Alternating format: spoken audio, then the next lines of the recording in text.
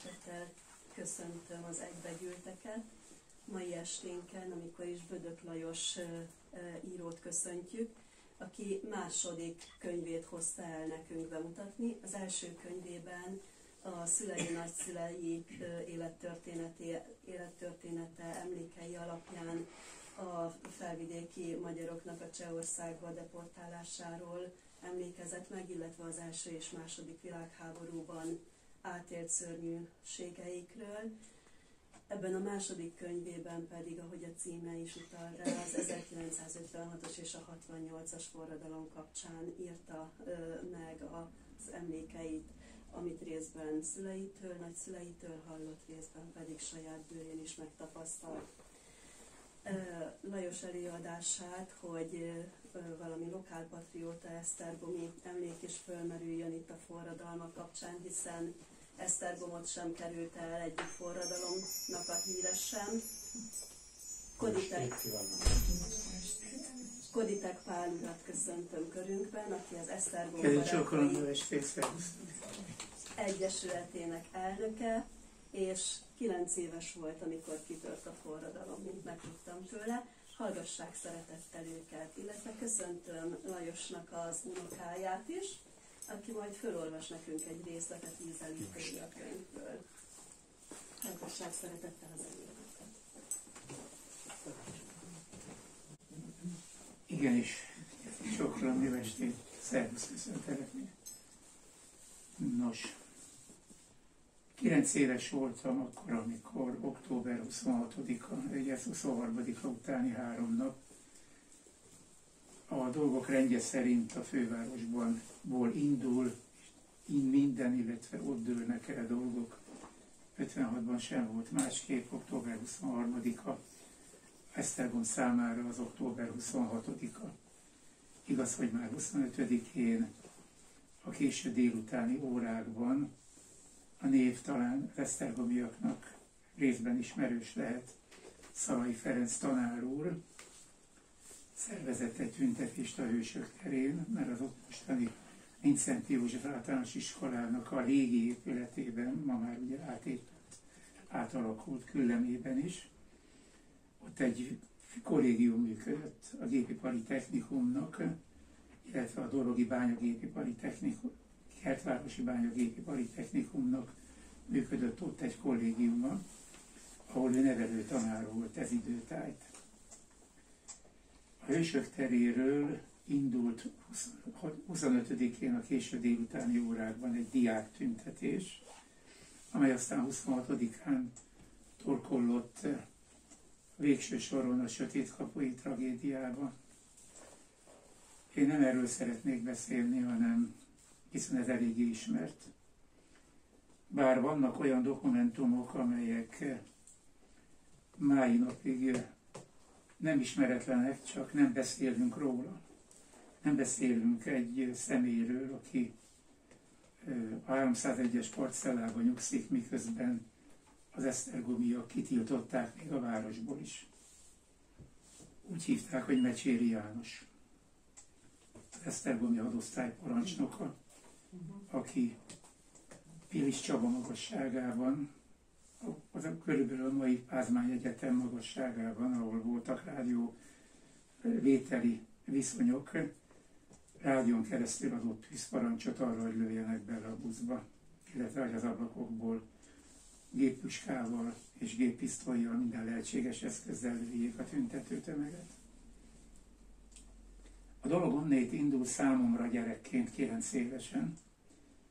Nem titok, hogy ha 1947-ben mertem a világra jönni, akkor 56-ban 9 éves voltam, illetve még 1-2 hónappal már idősebb, lévén júniusi.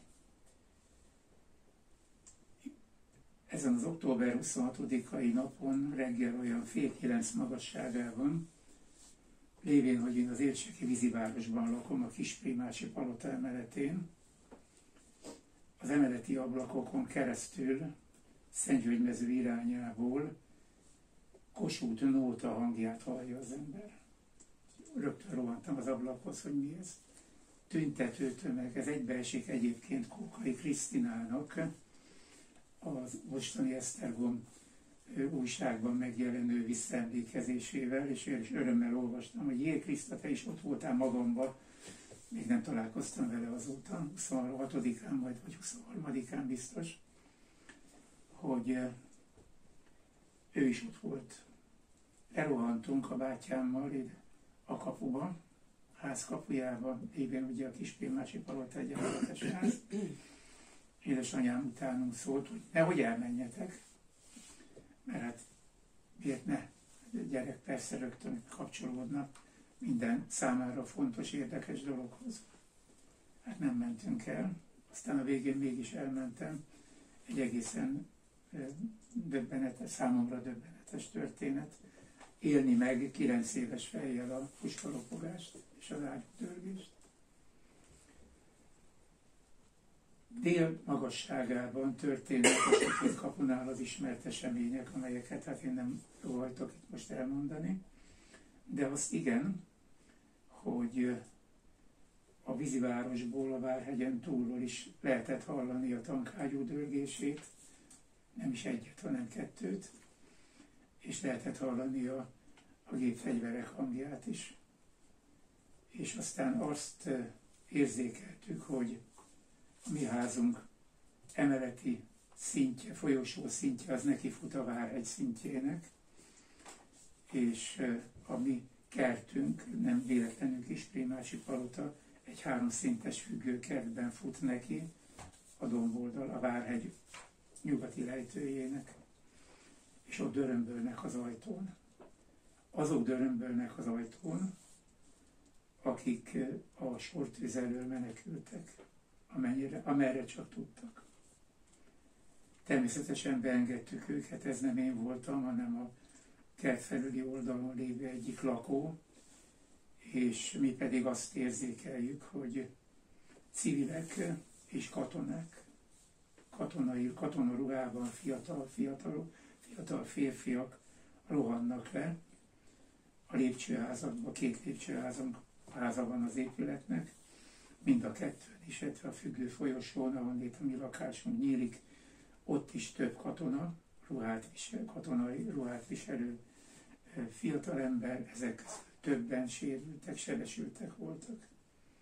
Még jó emlékszem rá, hogy édesanyám mosta fel a függő folyosó vörös márványáról a vérfoltokat. Sőt, a Primási Palotából hívtak segítséget. Az a segítség ez nem volt más, mint dr. Bense Imre bácsi, aki akkor magánorvosként praktizált, és a Szentvölgymezői körzeti orvos volt. Primási Palotából őt hívták ki, hogy lássa el, kötözze be a könnyű sérülteket. Civilek és katonák többségében egyébként katonafiatalokra emlékszem, mert mi az ablakokból láttuk. Ez volt az első élményem október 26-áról. Édesanyám, aki pedagógus volt, és ebben az időben a József Attila általános iskola nem ott működött a Bánonban, hanem a mostani Árpád-házi helyén, az akkori 19-es hősök tere, itt Szentfélexek Prímás tere irányából lehetett megközelíteni az iskolát, és ebben az időben még délelőtt és délután is volt tanítás. Arra nem emlékszem, hogy volt-e tanítás a Józsefben, vagy sem, de édesanyám minden esetre bement az iskolába, ráadásul közel is volt ugye a lakásunkhoz. És akkor jut eszembe, hogy tulajdonképpen én éhes is vagyok, nem csak én, hanem még a bátyám is. Ugyanis a fürdőszállóban ebben az időben jegyre lehetett heti menüt rendelni, illetve onnét vagy helyben elfogyasztani, vagy el is lehetett szállítani onnét elvitelre. És arra nem emlékszem, hogy édesanyám mondta el nekem, vagy sem, hogy ki nem mehettek a házból. Mindenesetre én éhes voltam, az ételhordót azt édesapám reggel még elvitte, és munkába menet és beadta az étterembe, és én elmentem a ételért. Ez olyan 1:30-2 óra magasságban lehetett, elég későn már. És akkor még nem létezett talán az idősebbek, bocsánat, hogyha így fogalmazok, az elbontott fürdőszálónak volt egy nagy lapos tetejű konyhaépülete. Az akkor még nem létezett, hanem a mostani jelenlegi főépületnek a nagy parkoló, bástya parkoló felüli oldalán volt a konyha. És ott kellett sorba állni az ételhordókkal. És harckocsi dübörgésre és lövésekre figyelünk föl, többen voltunk egyébként, többségében idősebb hölgyek és urak. Talán én voltam az egyedüli gyerek. Ez volt az az eset, amikor belelőttek az épületbe, belelőttek a fürdőszáló épületébe, és 2 napja keresem azt a 2 fotót, amely egy Jávor Gyula nevű esztergomi, ekkor legalábbis Esztergomban élő úrtól kaptam ajándékba 1989-ben.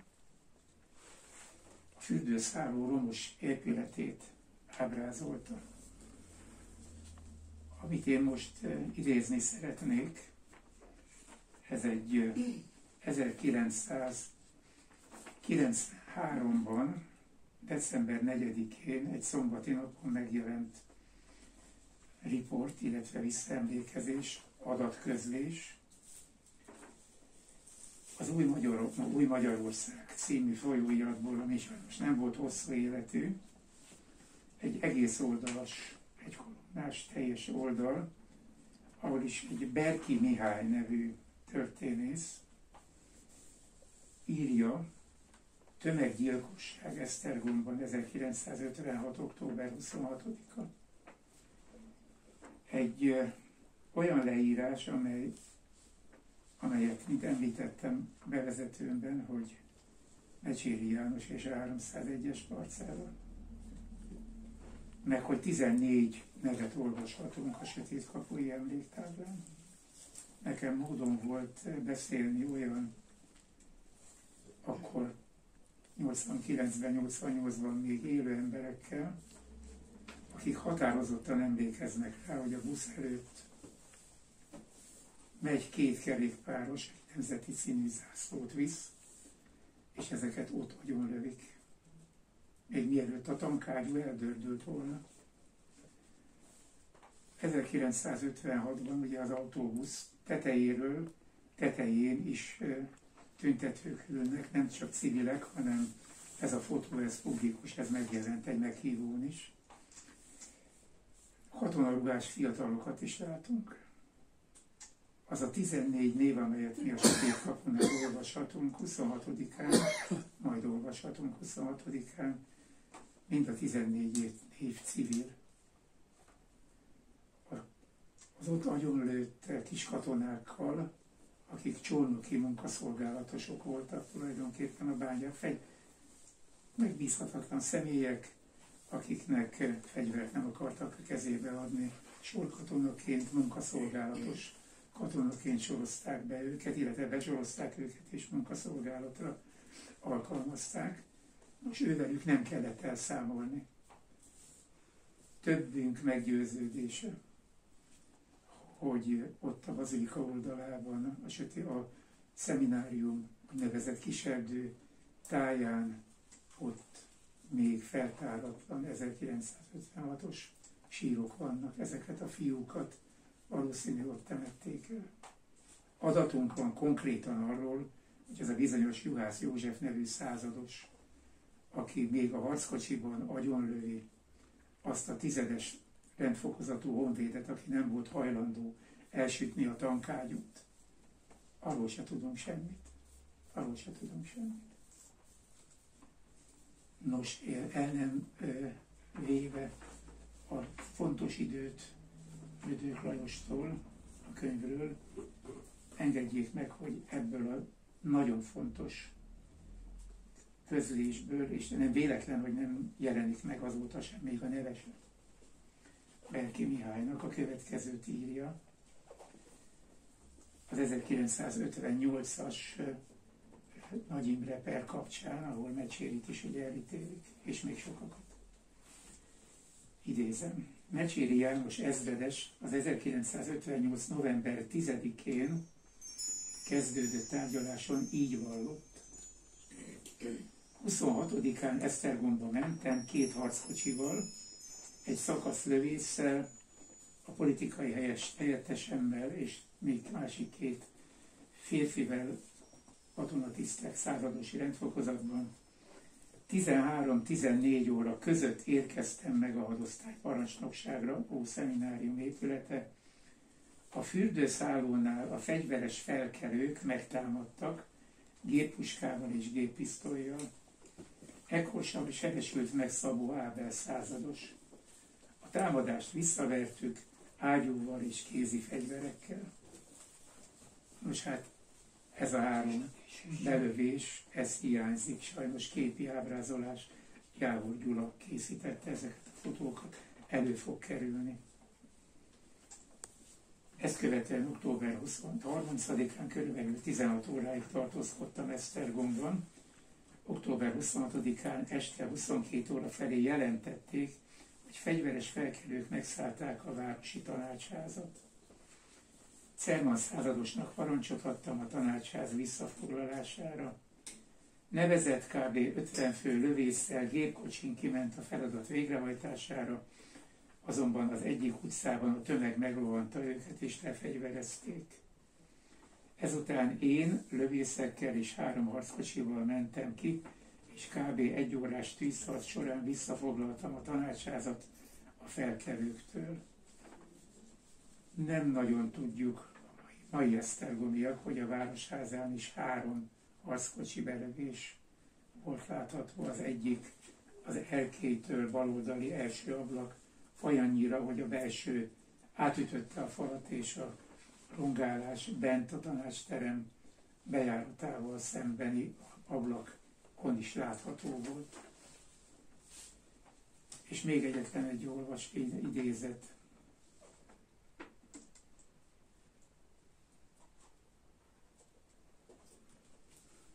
Október 30-án az ezredes, Mecséri Jánosról beszélek, ismét Budapestre utazott kis őrnaggyal és Urai Rudolf századossal.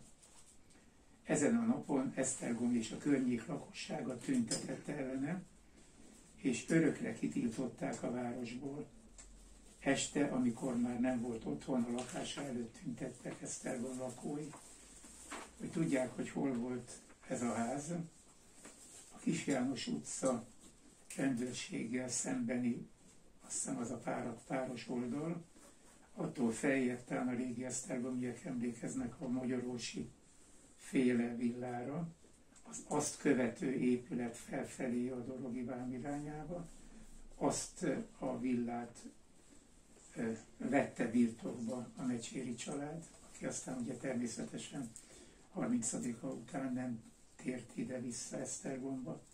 Hoztam édesapám által gyűjtött és természetesen rejtegetett, a kellő időben rejtegetett röplapokat, eredeti 1956-os röplapokat, Mara jó voltából le vannak fóliázva, eredeti röplapok. Ezeket kézbe lehet venni majd az előadás a könyvbemutató végén, és meg lehet őket tekinteni.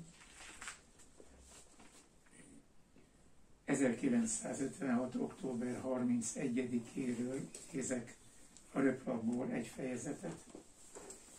A helyőrségben tragikus események történtek. Elítéljük azokat, akiknek ingadozó politikája és népellenes árulása ezeket előidézte. Ezek a tragikus események azért következtek be, mert az akkor még uralmon lévő rákosista felsővezetés a magyar nép igazságos forradalmi harcát előttünk ellenforradalmi megmozdulásnak, kapitalista restaurációnak tüntette fel.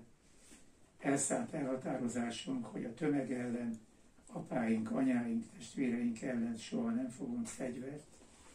A népharca igazságos, a hadsereg a népé. Esztergomi helyőrség forradalmi katonai tanácsa.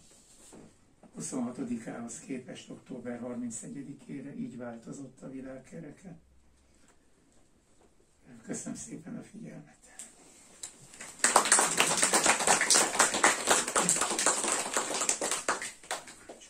Köszönöm. Üdvözlök mindenkit szeretettel. Hát ez a szomorú esemény ugye megráz mindenkit. Én megpróbáltam ezt az egészet egy regény formájába leírni. Hogy miért lett a könyv címe Két forradalom között? Ugye nekem a nagymamám az budapesti származásra, ez kifolyólag sok rokonom budapesti volt akkoriban, sajnos már nagyon kevesen maradtak. És ő oldalukról megismertem a 56-os forradalomnak a utórezgéseit, és hogy amikor felvidéket hát megszállták a szovjet és a Varsói Szerződés csapatai, akkor volt lehetőségem összehasonlítani azt is a 56-os forradalommal. Most ugye itt van ez a tévít, mindenki forradalomról beszél, még a névfelkelés ugye forradalom volt, addig ugye a csehszlovákiai esemény az csak egy megszállás. Annak nem sok köze volt a forradalomhoz, mert ott ugye előre meghirdették, hogy nem lesz ellenállás, és nem is volt. Ott elhunytak, vagy balesetben, vagy önként vetettek véget az életüknek. Most én ebből megformáltam egy regényt, egy fiatalembernek életét, aki budapesti főiskolás, és a utolsó napokban menekülni próbál, mikor megtudja, hogy a szüleit letartóztatták, akkor ő úgy dönt, hogy nyugatra szökik. Ugye akkor nem volt olyan egyszerű, hogy felszállok a vonatra és elutazom. Próbált mindenféleképpen kijutni Budapestről, majd egy tehervonattal eljutott már majdnem a határig, ahol regényes módon, ugye, megmagyarázhatatlan módon ő számára legalábbis eljutott Pozsonyba.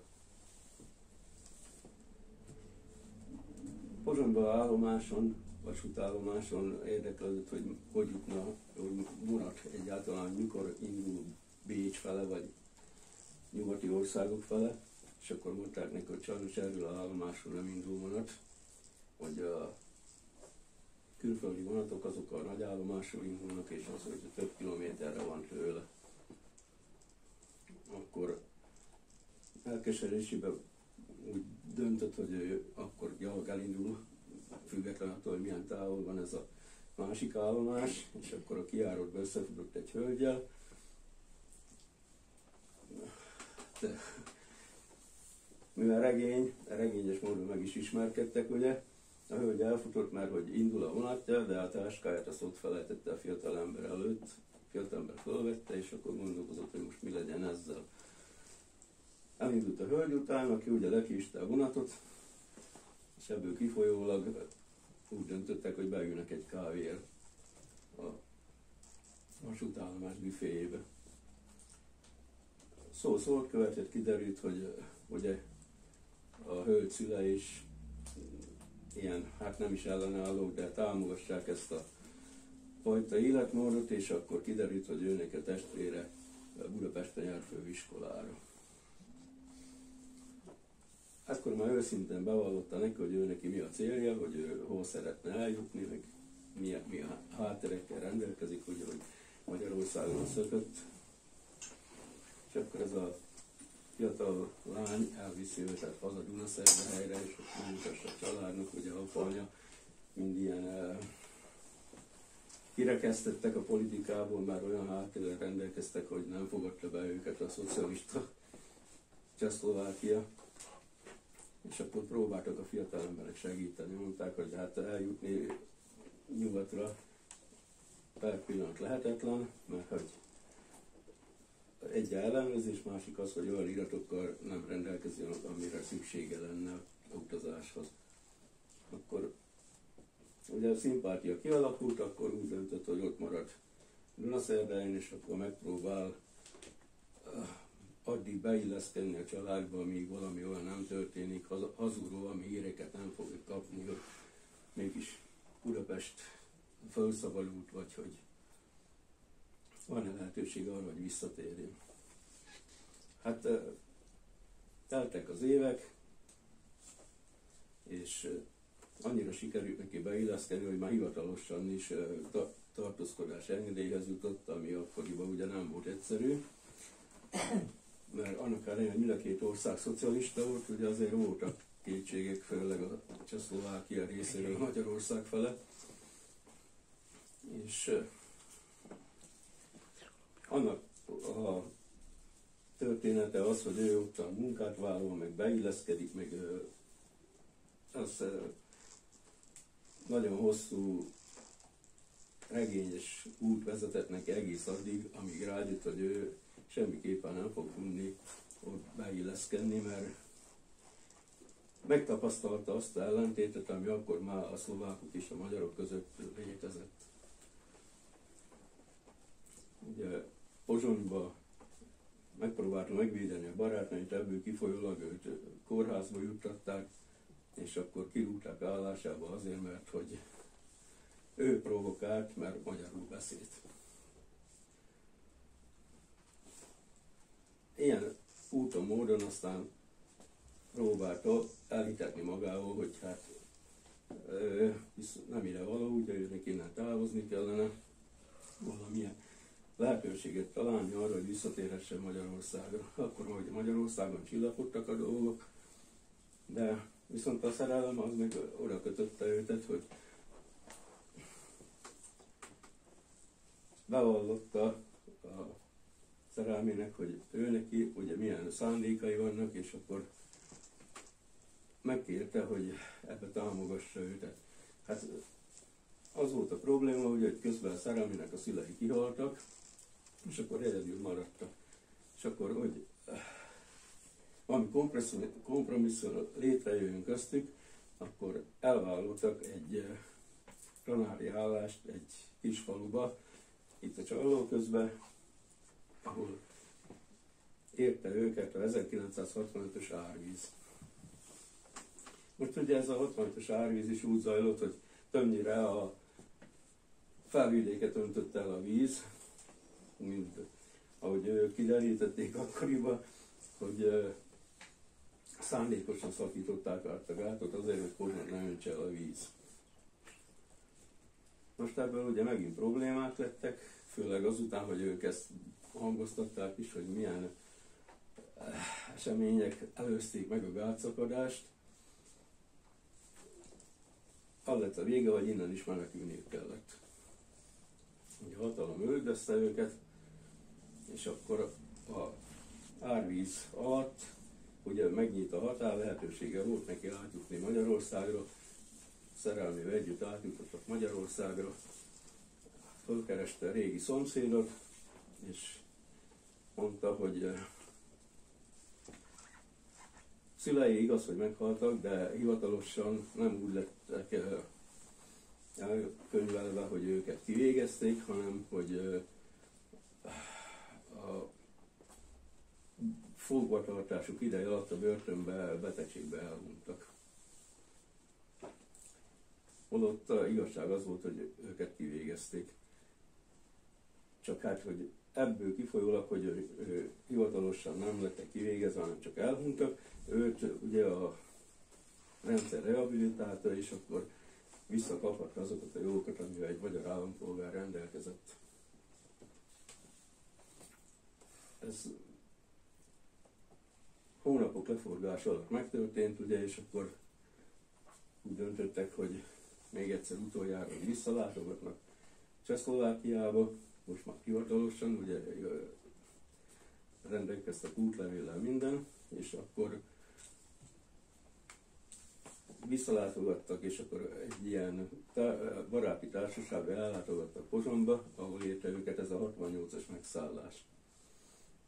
Ugye, ahogy mondtam elején is, a 68-as megszállás az nem úgy volt, mint a 56-os, hogy emberek haltak meg, hanem akik meghaltak, azok úgy haltak meg, hogy vagy balesetben, vagy önként vetettek maguk át. Voltan, úgy tudjuk, Prágába, aki fölgyújtotta magát például orosz tank előtt.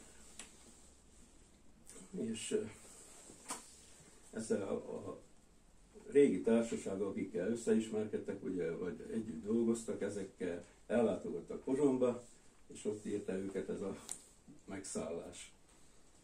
És olyan szerencsétlenül jött ki neki a dolog, legalábbis a főhősünk hölgy részéről, hogy tulakodtak ott az emberek, próbáltak elmenekülni ugye a tankok elől, ő valahogy egyik tanknak áldozatává vált.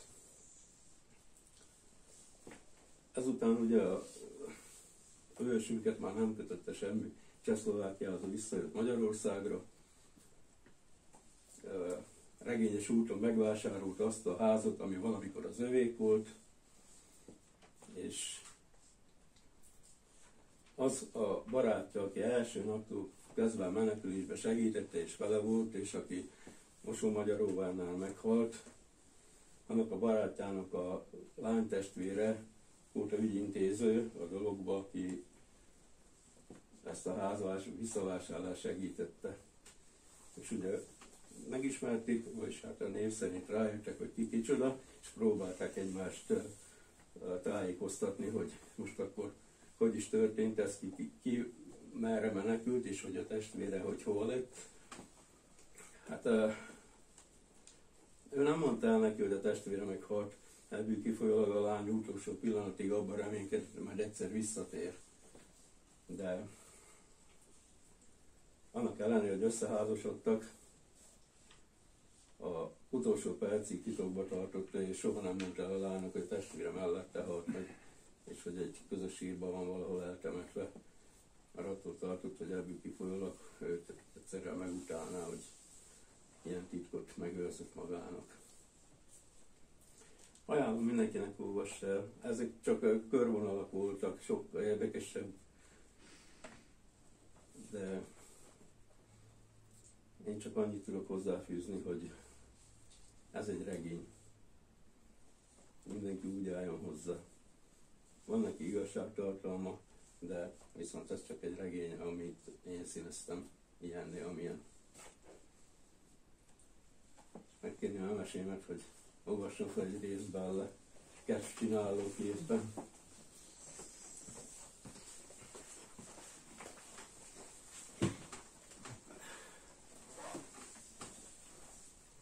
Dénesnek sikerült felkapaszkodnia egy tehervonatra, ami Bécs irányába közeledett.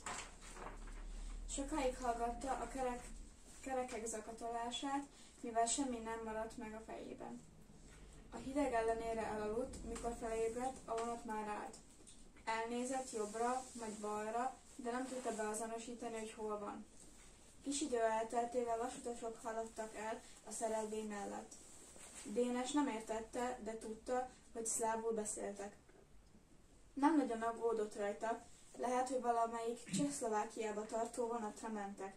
Nyugtatta magát. Lemászott a vagonból, és elindult az ellentétes irányba, mint amerre a vasutasok mentek. Pár perc alatt egy épülethez ért, és tátott szájjal nézte az épületen lévő táblát. Bratislava volt ráírva. A francba, hogy kerültem én Pozsonyba? Kérdezte magától. Következő kérdés az volt, hogy most akkor merre. Úgy döntött, hogy az épületek felé megy. Minél közelebb jöttek az épületek, annál több ember jött neki szembe. Kiért a vasútállomásról, tovább haladt a belváros irányába, fáradt és éhes volt. Valahogy pénzhez kellett jutnia, villant át az agyán. Már jó 30 perce kószált az utcákon, mikor meglátott egy bankot. Bement, az első ablaknál egy hölgy ült.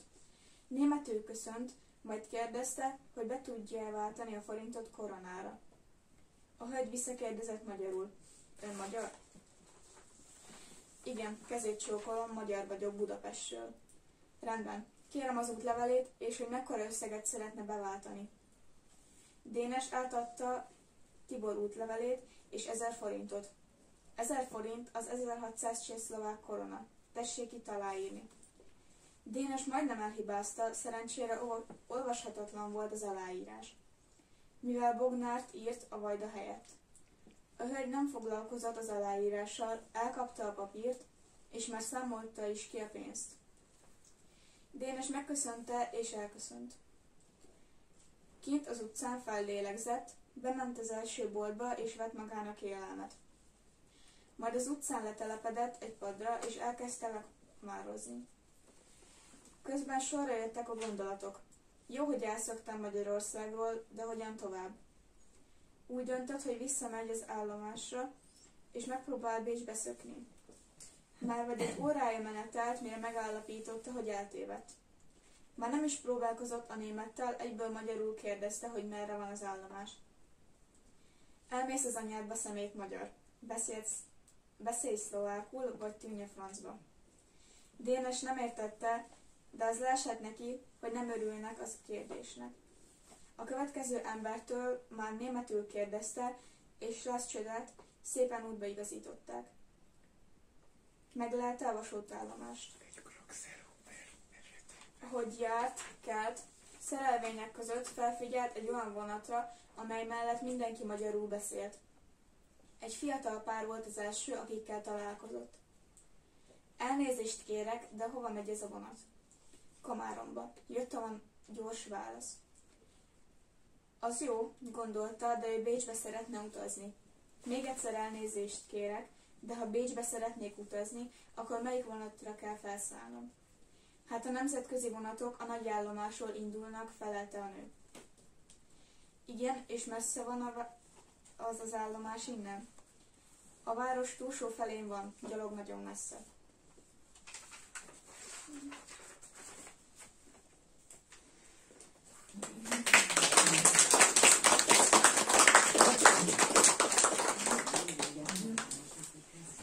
Esetleg, ha kérdés van, akkor szívesen válaszolunk. Amíg megfogalmazódnak a kérdések, addig köszönjük szépen ezt a megrendítő előadást, nehéz megszólalni utána. Nagyon kedves, köszönöm arra. Hogy tovább fogalmazódhassanak a kérdések, a sok-sok áldozatról emlékezzünk meg egy szép énekkel most megkerülnek. Vers nem lehet. Tessék? Vers nem lehet. De vers is lehet. Vers lesz egyetlen. Egy szép Budapest vers lehet. Persze. Aztán énekelnek. Budapesten 15-20 éves halottak. Kiontott véreim, támadó tűz voltunk. Ős halottak lettünk. Hajnaló hitünkről fegyverfogó kézzel. Ettünk.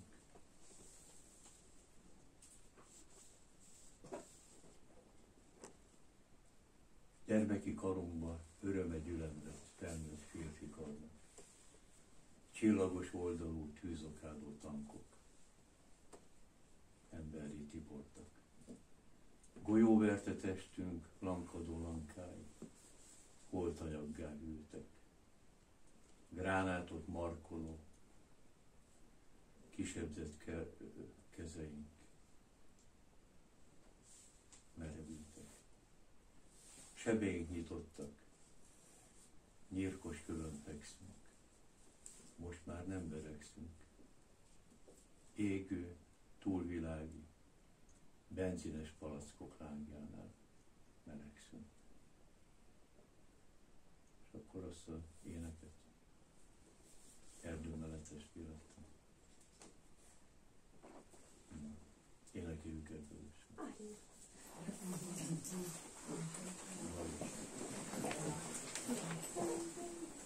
Erdőmeletes élettem, hová fejem alá tettem, összetettem két kezemet, úgy kértem jó Istenemet.